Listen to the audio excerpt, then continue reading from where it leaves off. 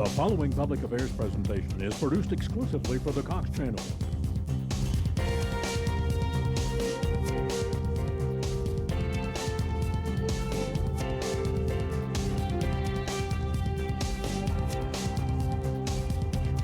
And now, The Verdict.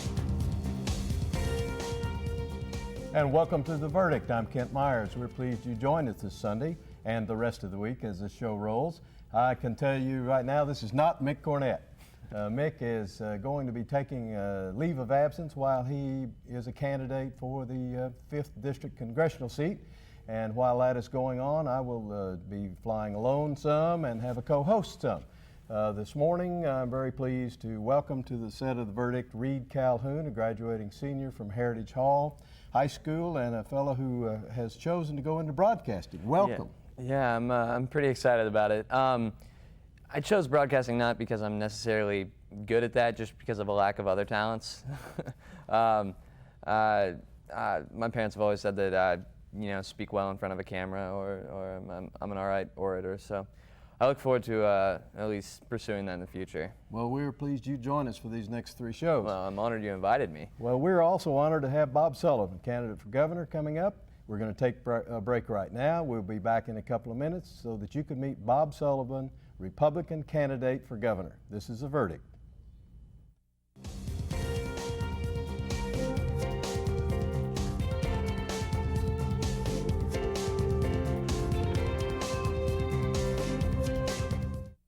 At Chesapeake Energy, here's a few of our favorite Hornets. Alexis likes reading. Sam enjoys history. Alec loves math. Chesapeake is proud to support both the Oklahoma City NBA Hornets and the Young Hornets at Horace Mann Elementary, where over 150 Chesapeake employees mentor to children each week. The students gain a lot from the experience, but not as much as we do. Chesapeake Energy, committed to building a better Oklahoma.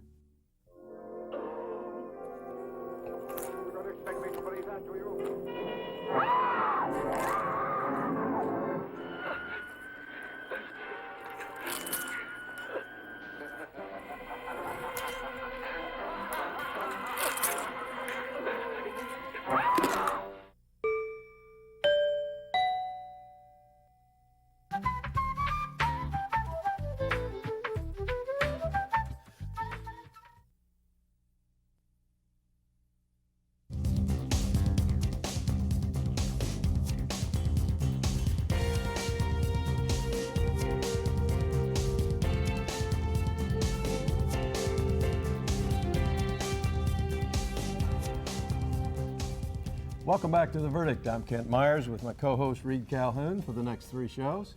And we are very pleased today to have on my left a Republican candidate for governor, Mr. Bob Sullivan.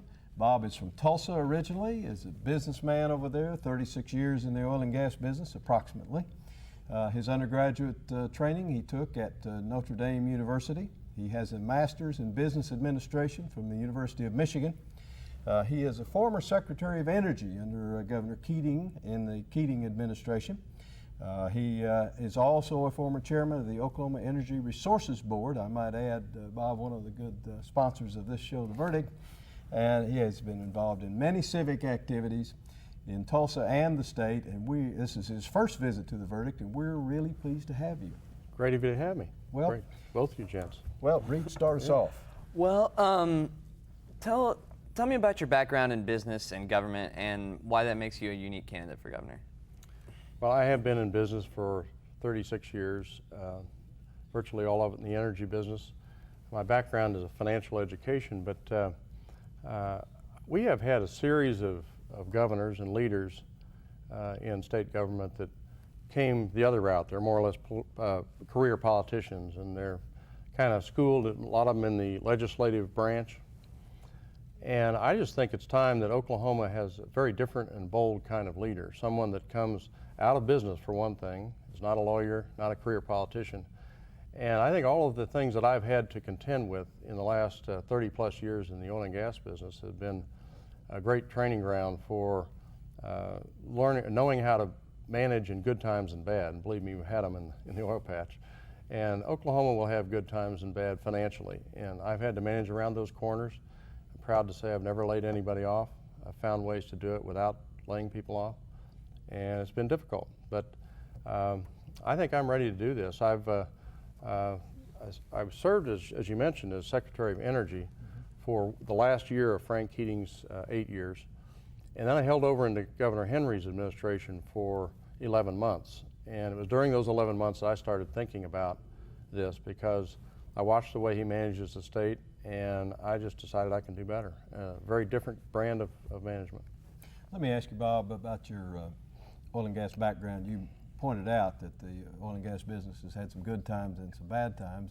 We happen to be in what appears to a layman to be a fairly good cycle for the business. But of course, you were in the independent oil and gas exploration and production business Right.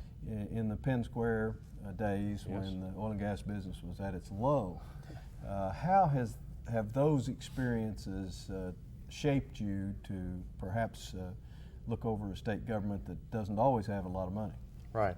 I think it's done a beautiful job. Unfortunately, for a lot of those years, I was fighting expenses and trying to keep them down while still looking for oil and gas reserves. And I want to mention one other thing. I also have chaired the board of a large health institution, St. John Medical Center in Tulsa. It's a very large, 4,000 employees. It's a big operation. And I was part of a team there that got in and eradicated some unnecessary expenses. And again, it was not laying a lot of people off. It was just doing things smarter, using technology, using managerial techniques that are modern, as opposed to doing business the same way we've always done business. So my experiences in the oil patch and some of my volunteer work has been very applicable to state government, in my opinion. What's your family's attitude towards the fact that you're running? That's a great question. And the first question that someone ever asked me about why are you doing this came from my wife. But no, seriously, my wife and I have been married 36 years. We've been blessed with 6 children, 3 boys, 3 girls. The youngest one turned 21 yesterday. And so we all gathered around in the summer of 2004. And Jeannie and I told the children what we were about to do, and predictably they all looked at her to see what was the right answer. But we've been working at this some long time, and the entire family is behind it. 2 of them that can afford to spend a summer are spending their time on the campaign, a 25-year-old and a 21-year-old. But the rest are all married with kids, and it's difficult for them to do that. So it's a family operation and a family undertaking. I just noticed, speaking of operation, I noticed your operation was off to a rather fast fundraising start. You seem to have gotten off quickly on what I'm sure is not the most pleasant thing to engage in. How are you coming on your fundraising? Well, I'm pleased with it. Kent, I was told by people who understand this political world better than I do more than a year ago, just do 2 things. Nobody cares about the governor's race at this point. This was a year ago. Just raise money and get your organization together, but don't pay them yet. So I've been doing exactly that, and we've raised, we're above the $900,000 mark at this point, which is leading all the other Republican candidates. And I got to tell you, it's nothing but hard work. I've been on the phone every day, all day, talking, especially, I started with my core, or my base, if you will, and that's the oil patch, the energy world, people who know me, I've worked with for years. And so that was the beginning of it, and it's now broadened into more of a broader business community support. And I'm delighted to say I'm starting to get checks from people I've never heard of or even asked for money before, so things are picking up. What's your schedule like in the course of a week now? Of course, the filing period has not come and gone yet, but I'm sure you're working all day, every day on this. I am, and the day is divided not very neatly. Sometimes there's a lot of patchwork in it, but among 3 things: raising money, getting media, getting out on shows exactly like this where people get a shot at who is this guy and they get the answers, and then thirdly, just meeting people in public places, speaking to groups and that sort of thing. Your headquarters in Tulsa, I guess. It is. Mm-hmm. And are you going to have satellite offices around Yeah, the we'll state? have one here and maybe 1 or 2 other places. I noticed recently in a poll that compared you with Congressman Istook, that you were basically running in what I think was characterized as a dead heat. Do you see that as a plus or a minus? Oh, I see it as a huge plus for someone that's never run for office and coming out the first time head to head with a 6 or 7 term congressman and tying. I mean, that was at the state convention. That was an important gathering. There were people from all over the state there, and each of the 3 candidates presented and answered questions for a while, and then there was a written ballot with a ballot box. And I know that's not scientific, but I was delighted to come into a complete tie with Congressman Istook. Let me interrupt us and get us to a break. We're talking with the Republican candidate for governor, Bob Sullivan. You're watching The Verdict with Reed Calhoun and Kent Myers. We'll be right back.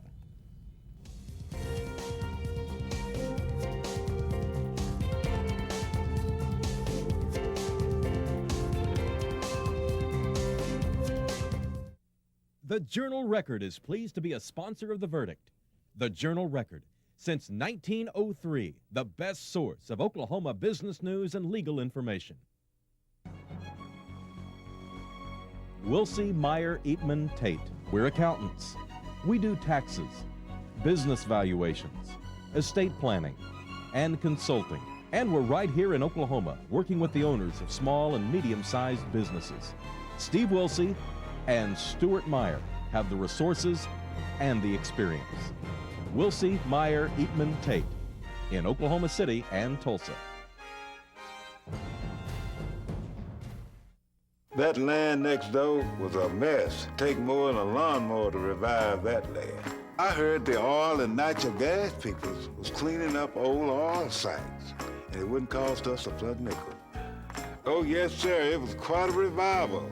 The whole church showed up, want to make a playground for the kids. It sure is a blessing.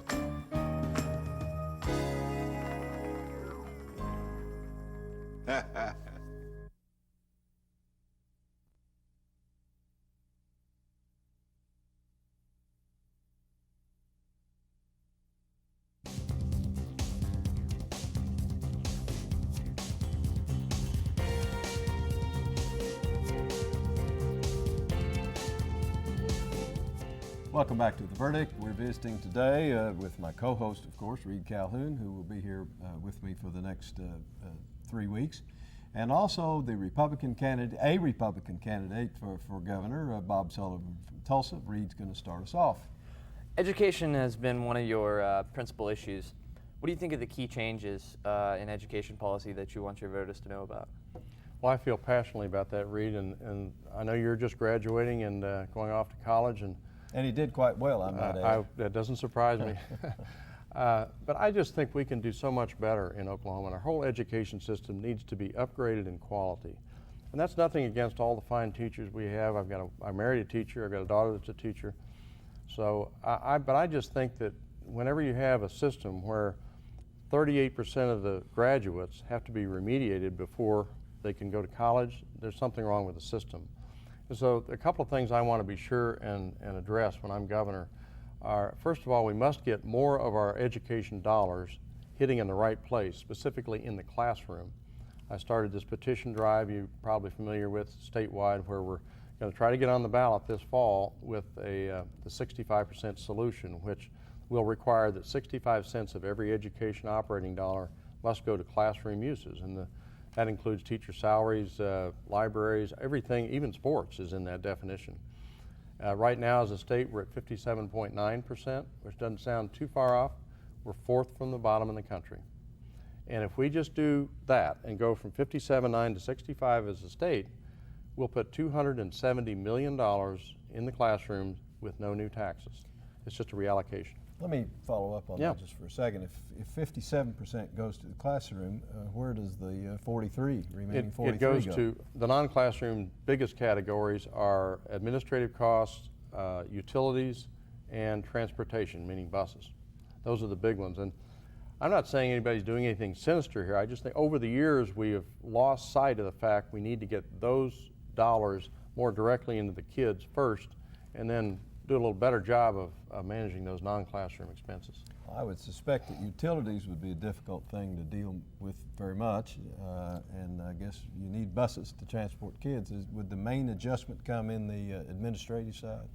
Well, I think all three of those categories are subject to review. I mean, I think if you asked how many of the 539 school districts in this state, how many have had an energy audit on their plan? Someone to come out and see if they can do better, some professionals, doesn't cost anything. Buses, I hear that criticism, well, little Johnny's gonna walk to school because you're gonna take the buses away. But you know, the answer is there are 25% of all the school districts in the United States, rural, urban, everything, they are above 65%. Shouldn't we aspire to be in the top quartile? They all have buses. Let's go see how they do it. In other words, we can do better as a society and as a school system, and we simply must. And one of the other thing, Kent, not only we need to get more dollars in the classroom, we need to find a way to reward good teachers and get rid of bad teachers. I know that sounds kind of harsh, but as a state, we have a system that doesn't allow us to weed out the bad teachers. So that's another thing I hope to accomplish. Let me ask you about tort reform. I noticed in getting ready for this show that one of the things that you're interested in is trying to bring about, I think, what you've called meaningful tort reform. Of course, us viewers of state government for the last 2 or 3 years, that's always been on the agenda, and sometimes it sounds like it's happened, and sometimes on second thought, maybe it hasn't. What hasn't happened about tort reform that you'd like to see happen? Well, you're right. It's on the agenda every year. The first tort reform bill of any consequence was 1985, 21 years ago. And we really have had nothing but lip service paid to it. And the reason for that is that there are people in positions of authority in the state legislature and in the governor's office who are in a position to benefit if we keep it like it is. So, but to your question, there's some specific things that need to be changed that have never made it through the legislative hopper out there. Limits on these large awards, so non-monetary type things, and then I've always been in favor of loser pays. If you want to file a lawsuit, that's great. The courts should be open to any Oklahoma citizen, but if you know that if you lose, you're going to pay your bill and the other lawyer's bill, it might keep you from filing some of those frivolous lawsuits that have jammed up our courts. Think there's any reasonable prospect that, of course, by the time this show airs, the legislature will have adjourned, but think there's any reasonable prospect of getting that done in this session? The short answer to that is no. I think it's not going to happen until we change the people out there. Another big issue that's maybe been given some lip service. What ideas do you have about the state budget? State budget, of course, is what gets all the press often because it is taxpayer money being spread around. And I have a very aggressive view of the way state budgets are managed. First of all, we should be pursuing what's called zero-based budgeting, which means instead of taking each department or division or whatever and saying, last year you had this much money, how much more are you going to get? You start at zero every year, and it makes you look at whether these functions need to be continued, because we have this growing thing here called state government. It's growing at 10-12% a year. The private sector is growing at 3 or 4% a year. That's backward. Pretty soon this wagon's going to get so heavy nobody can pull it.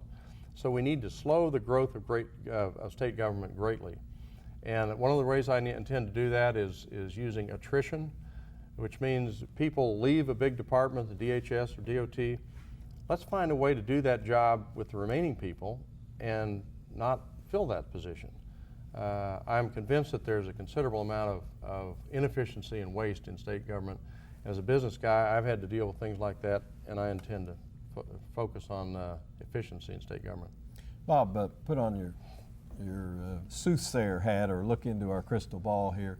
Tell us, do you think the control of the state Senate is going to go to the Republicans in the November election? Well, Kent, I've got to tell you, I can do better than that. I've made a bet for a couple of years of my life here. In deciding to run for governor, I frankly wouldn't, if they handed me the governorship with 2 contrary houses in the legislature, I wouldn't take it. but I am betting that the House is much more pro-business than it was. The Senate, I think, has a chance to become much more pro-business in this next election, and I'm kind of banking on that happening. I drill wildcats for a living. I think that one's going to hit. So if we can get a businessman in the governor's office to go with a more pro-business legislature, we can finally turn this thing around after 99 years. Instead of growing government, grow the private sector. Bob, I'm going to take the last couple of minutes, minute and a half or so of the show, and invite you to just kind of look into the camera and tell the voters why they ought to vote for you, not only in the primary but in the general election. Well, you're very kind to have me here, first of all, and give me this kind of ending. I'm a lifelong Oklahoman, large family here, and I have a vision of Oklahoma that is much different than the Oklahoma we know now, much better. The education system is world class. We've got an environment where businesses are thriving instead of being impeded by lawsuit reform and personal income tax that is keeping us from blossoming. And I just think the state government needs a very different kind of leader. Think of it this way. 1 of 4 people is going to be the next governor. Either Brad Henry on re-election, or Ernest Istook, Jim Williamson, or Bob Sullivan on the Republican side. Of those 4 people, 3 are career politicians, 1's never run for office before. 3 are lawyers, 1's a businessman. We're electing the CEO of the state of Oklahoma. Why don't we elect somebody that spent 35 years being a CEO, creating jobs and expanding capital? Bob, thanks so much for joining us very today. much. We appreciate your time. We've been visiting with Bob Sullivan, Republican candidate for governor. Reed Calhoun and I will be right back.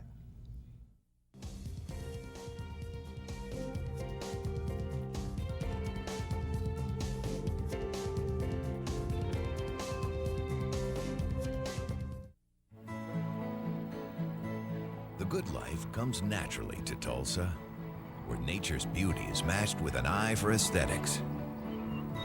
A legacy of neighborhoods graced with lawns and landscaping and handsome homes. A place that seems to have patented an ideal lifestyle. Bank First is loyal to the quality of life Tulsa assures its citizens, to the priority placed on education, culture, and growth. Loyal to builders who transform raw land into residential charm. Developers who see opportunity and add vitality to Tulsa's economy. Bank First serves both enterprise and private lives that need a loyal partner. It's how we help nurture this city's very good life. Bank First. Loyal to Oklahoma. Loyal to you.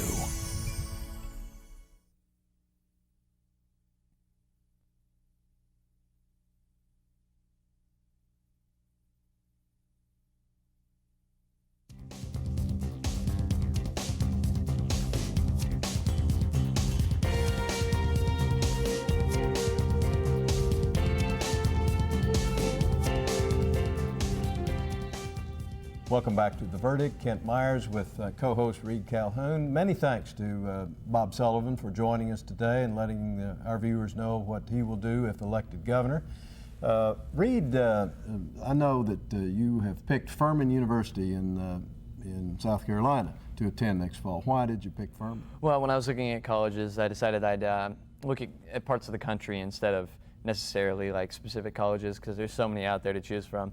And I chose the Southeast because I know it's just beautiful out there, and my brother goes to Duke, and he just loves North Carolina, and I figured I'd look at some areas around there. And when I picked out Furman, it just helped that it was beautiful, and that it also has a great broadcast journalism school, which is what I hope to continue in. So. Well, you'll do well in that, I'm sure. Thank you.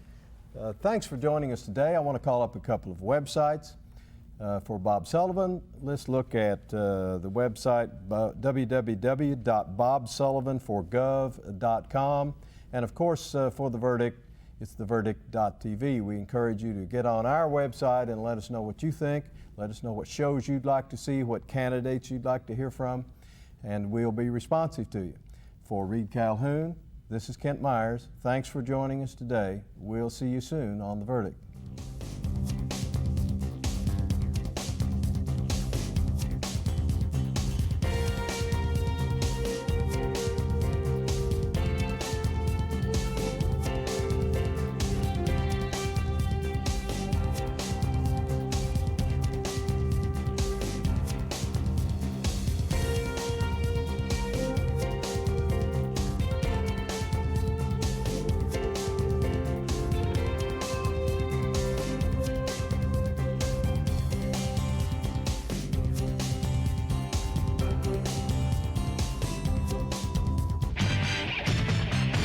preceding program was produced by the Production Services Group at Cox Communications, exclusively for the Cox Channel.